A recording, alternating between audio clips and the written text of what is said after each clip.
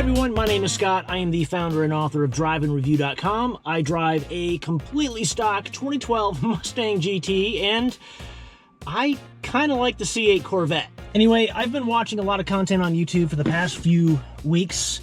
TJ Hunt, the Stradman, Street Speed 717, they've all got their C8s, and you know, even before this car came out, I wasn't really a big fan of it. Basically, I was thinking that the proportions didn't really live up to the expectations that I had in my mind. It's a beautiful car.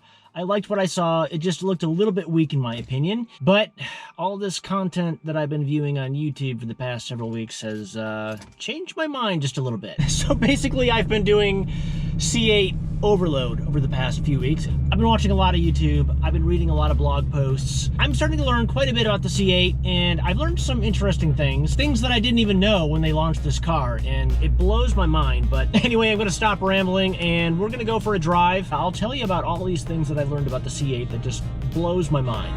It's kind of interesting, so here we go. We'll get the gas station here, because this is a Mustang after all. Mustangs need gas. Anyway, since I'm here parked, let's just get right into this list of things that I thought were kind of interesting. I've got about 23 things here, 24, 25 maybe. I may not get through all of them, but it's interesting. The C8 Corvette is an amazing car. I want one, and the more I look at these facts and figures, it's just so badass. Anyway, so the first thing is the design, obviously, and you know, the whole passenger cabin has been shifted forward on the car, but I didn't realize it was so much. It was moved forward 16.5 inches over the C7, which is a ton. 16.5 inches, or 16.5 inches pushed forward. It makes it a completely different car. Anyway, another thing that I thought was really interesting about the C8 is that this is the first time in history that it's offered in both a left and right-hand drive version. It opens up the C8 to the world, essentially. It's going to be expensive as heck, of course, but it's going to be easier. It's going to open up the world to the Corvettes, which is great.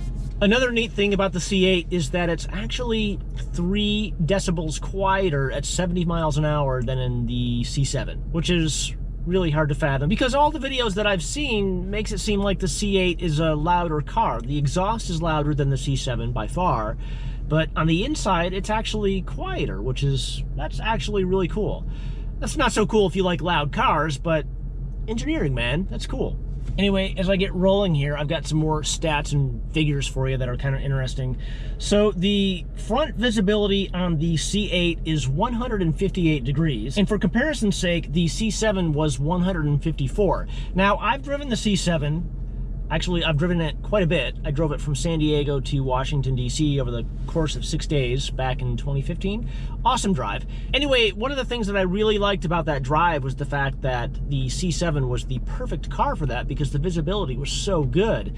So to have it be increased, to be able to see more, is really awesome. I cannot wait to get behind the wheel of a C8. However, it's not all peaches and cream, because the downward visibility on the C8 is 22% worse than the C7, which is, again, hard for me to fathom, because if you look at the C8 and the nose, it's so low and you're sitting so far forward, how can it be worse? And again, it's not the view forward, it's the view down to see the ground. Like, where's the first point where you can see the ground ahead of you? And it's 22% worse than the C7. Just mind-blowing. And again, here's something interesting. The C8's downward view out the back is 60% better than the C7, which again is hard for me to imagine, because the deck lid of the C8 is so high and so long compared to the C7 that it seems like visibility would be worse, especially with a smaller window. I don't know. Anyway, I just thought that was kind of interesting, and I'm not done yet. I've got some more facts and figures to share with you. Let's keep going, and I need to turn the heat down a little bit. It is not exactly cold. All right, let's go.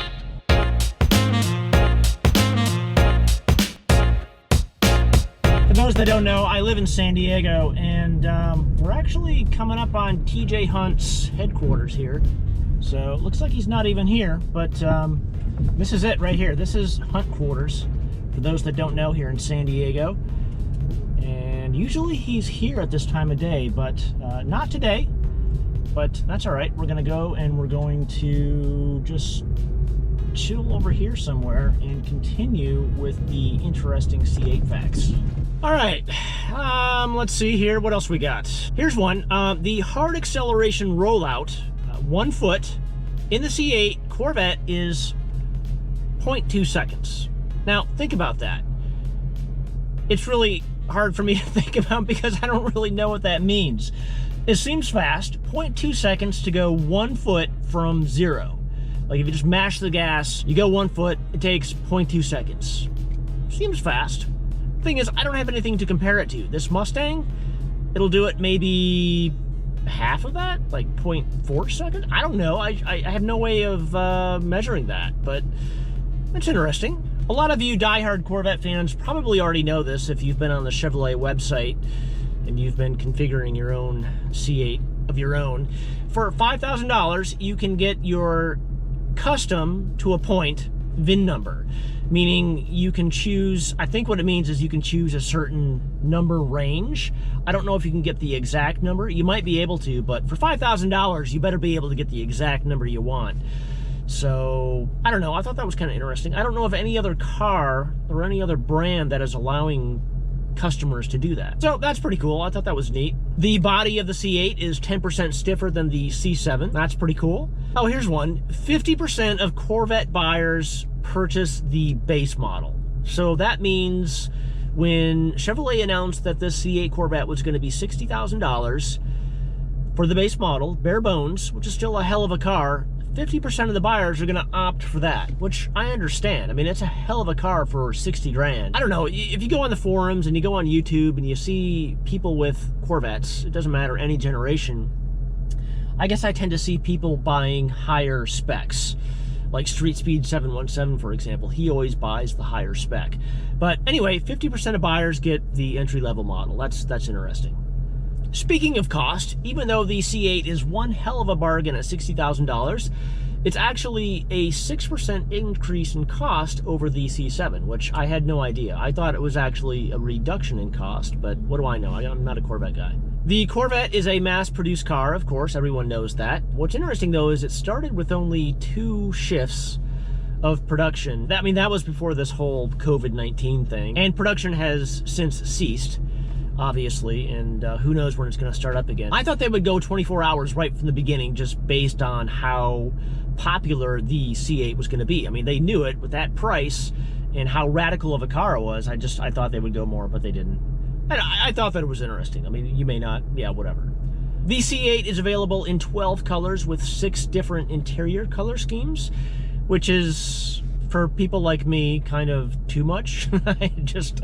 Don't give me too many options because it'll eat away at me. If I'm configuring my own C8 Corvette and I have that many options, it would just eat at me to try to figure out what exact configuration I wanted. It would be bad. It would not be good. Steering is 50% stiffer than the C7, which is interesting because when I drove that C7 Corvette from San Diego to Washington, D.C. several years ago, one of the things that I really liked about that was the steering seemed so stiff. And to think that the C8 steering is 50% stiffer, that's cool. That's really cool. Okay, another thing, we all know, or most people know, that the C8 comes with a air suspension front lift. So when you're going over bumps, you can raise the suspension and, you just won't scrape the hell out of your front splitter or whatnot. It only takes 2.8 seconds to raise, which is amazing because you think of other cars, it usually takes a lot more time than that. So 2.8 seconds to go 1.6 inches up, and you could be rolling at speeds up to 24 miles an hour, which is genius. Genius, I say. Speaking of other cars, the Cayman GTS Porsche, for those that don't know, you should know. If this is a car channel, you should know that. Has more cargo capacity. It has 15 cubic feet versus 13 cubic feet for the C8, which, again, surprises me because the Cayman seems like a smaller car, so I don't know.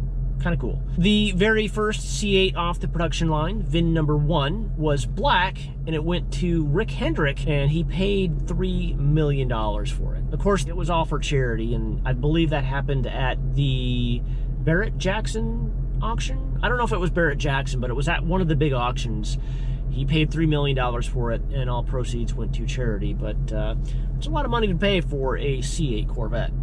So here's another interesting fact. So if you didn't know this, the C1 Corvette from 1953 to 1955 was the only other Corvette that did not come with a manual transmission. On the back window, in this pattern up here, where that tint that fades down from the top, it's actually a pattern of C8 Corvette flags, which is a nice little detail there. That's pretty cool. I had no idea. The passenger side mirrors, the one on the passenger side is actually longer than the driver's side. And again, I think it's a visibility thing, so it needs to stick out more so you can see behind you. But I never noticed that. I've been looking at so many pictures and videos of the C8 Corvette. I'd be a horrible detective because I never noticed things like that. So the C8 Corvette comes with a traditional cigarette lighter. And come to think of it, you know, does this Mustang have one? It's gotta have, oh, here it is. Yeah, it's here. Anyway, for as modern and technologically bleh as it is, it comes with a traditional old school cigarette lighter. It's actually in the passenger side footwell, just underneath the dash. I thought that would have been phased out years ago. It seems so old school to me. Whatever. It's neat. It's a neat little fact.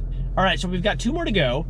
The PDR on the Corvette, which is the personal data recorder on that screen in the center console there, it also acts as a dash cam. You can go into the settings and you can activate it so that every time you turn on the car, it starts recording. And that's a really great feature, something more cars need to have. And brilliant, actually. I mean, if you've got cameras in the front of the car already recording stuff, why not make it a dash cam? Brilliant, brilliant. And then finally, and again, these were in no order, so I'm not trying to say that this is the best one in the entire list. But since the engine is exposed in the back, there's that glass covering the engine. You can see the engine from outside the car.